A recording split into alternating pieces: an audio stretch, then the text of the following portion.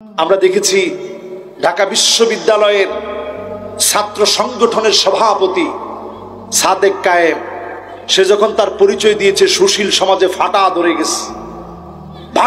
গেছে, ফাটল ধরে গেছে। হায় হায়, তাইলে এতদিন পরে যা বলছিল তাই তো সত্য, এটা মনে করার কোনো সুযোগ নেই। একজন সাহাবীর গল্প থেকে আপনাদেরকে বুঝাই দিই, আর কোনো সংশয় থাকবে না। সব সময় পরিচয় দিতে হয় না, আবার কোন সময় পরিচয় দেওয়াই লাগে, ঠিক কিনা বলে? আবু সুফিয়ান রাদিয়াল্লাহু তাআলা আনহু ইসলাম গ্রহণ করছে আগে না পরে? কথা কয় না, আগে না পরে? কত পরে? একবারে শেষে ইসলাম গ্রহণ করছে। শেষে সে ইসলাম গ্রহণ করার পর আগের সব কিছু মাফ, ওনার নামের শেষে রাদিয়াল্লাহু তাআলা আনহু যুগ হয়ে গেছে। জোরে করে আল্লাহ।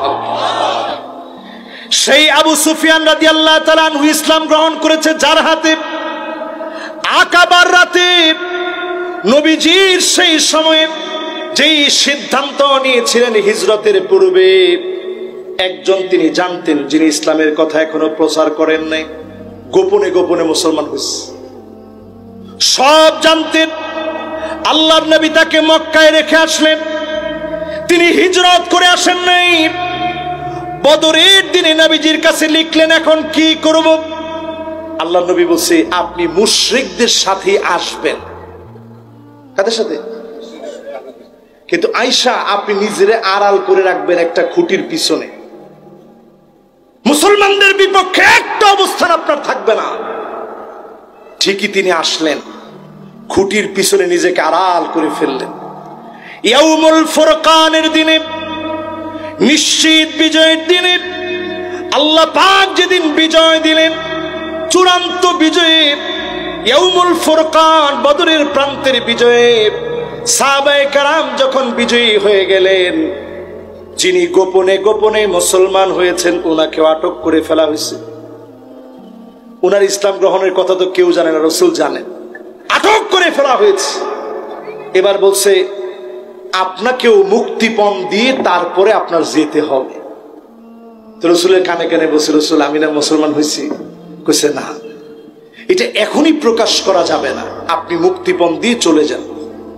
মুক্তিপণ দিয়ে তিনি মক্কায় চলে গেলেন। মুক্তিপণ দিয়ে যখন মক্কায় চলে গেলেন, মক্কার ভিতরে রাসূলের বিরুদ্ধে কি কি ষড়যন্ত্র সব তিনি পৌঁছায় দিতেন। মক্কার কাফেররা কেউ জানে না তিনি গোপনে গোপনে বহু আগেই কালেমা পড়ে মুসলমান হয়ে গেছে।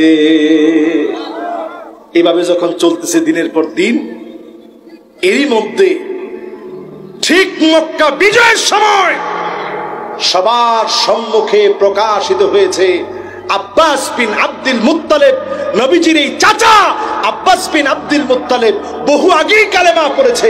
এতদিন পর্যন্ত কালেমাকে গোপন রাখছে ইসলামের স্বার্থে। জোরে করে আল্লাহু আকবার।